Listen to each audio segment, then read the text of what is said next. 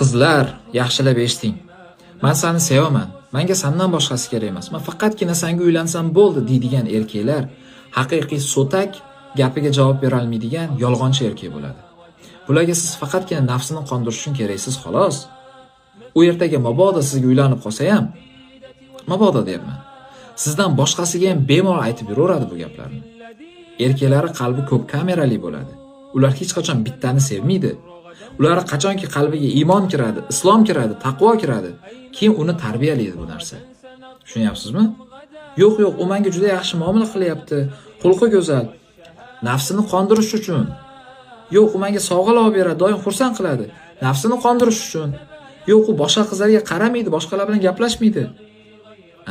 U musulmon bo'lsin, kofir bo'lsin, chiroyli bo'lsin, xunuk bo'lsin, boy bo'lsin, kambag'al bo'lsin, faqat va faqat maqsadi nafsini qondirish. Ertaga sizga erishib bo'lgandan keyin chiroyingiz ham, go'zal kiyimlaringiz, go'zal xulqingiz, olgan bilimlaringiz hech narsa ahamiyatsiz. Sizdan boshqasiga ham ketaveradi. Siz qadringizni tushirmang. Haqiqiy muvahhidlar ayoliga to'ydan oldin ham, to'ydan keyin ham bunaqa va'dalar bermaydi.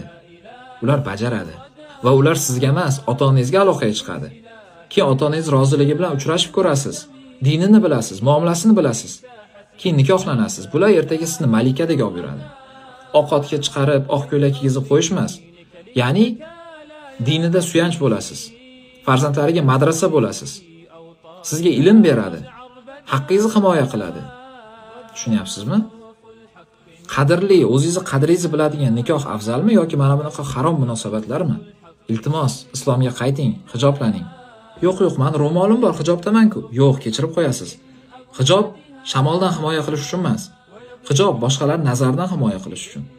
Hozir shunaqa davrki, nazar u yoqda tursin, tanadan himoya qilib bo'lmayapti. Qalbga kirib ketyapti. Iltimos qilaman, o'zingizni qadringizni biling. Siz taqvo qiling, Alloh taolo sizga solihini uchratadi. Tushunyapsizmi? Nimaga bu gaplarni aytyapman? Chunki direkt to'lib ketdi har xil xabarlarga, javob bermasam ham, lekin ochib o'qidim. Alloh taolo hammamizga solih solihasini nasib qilsin. Assalomu alaykum.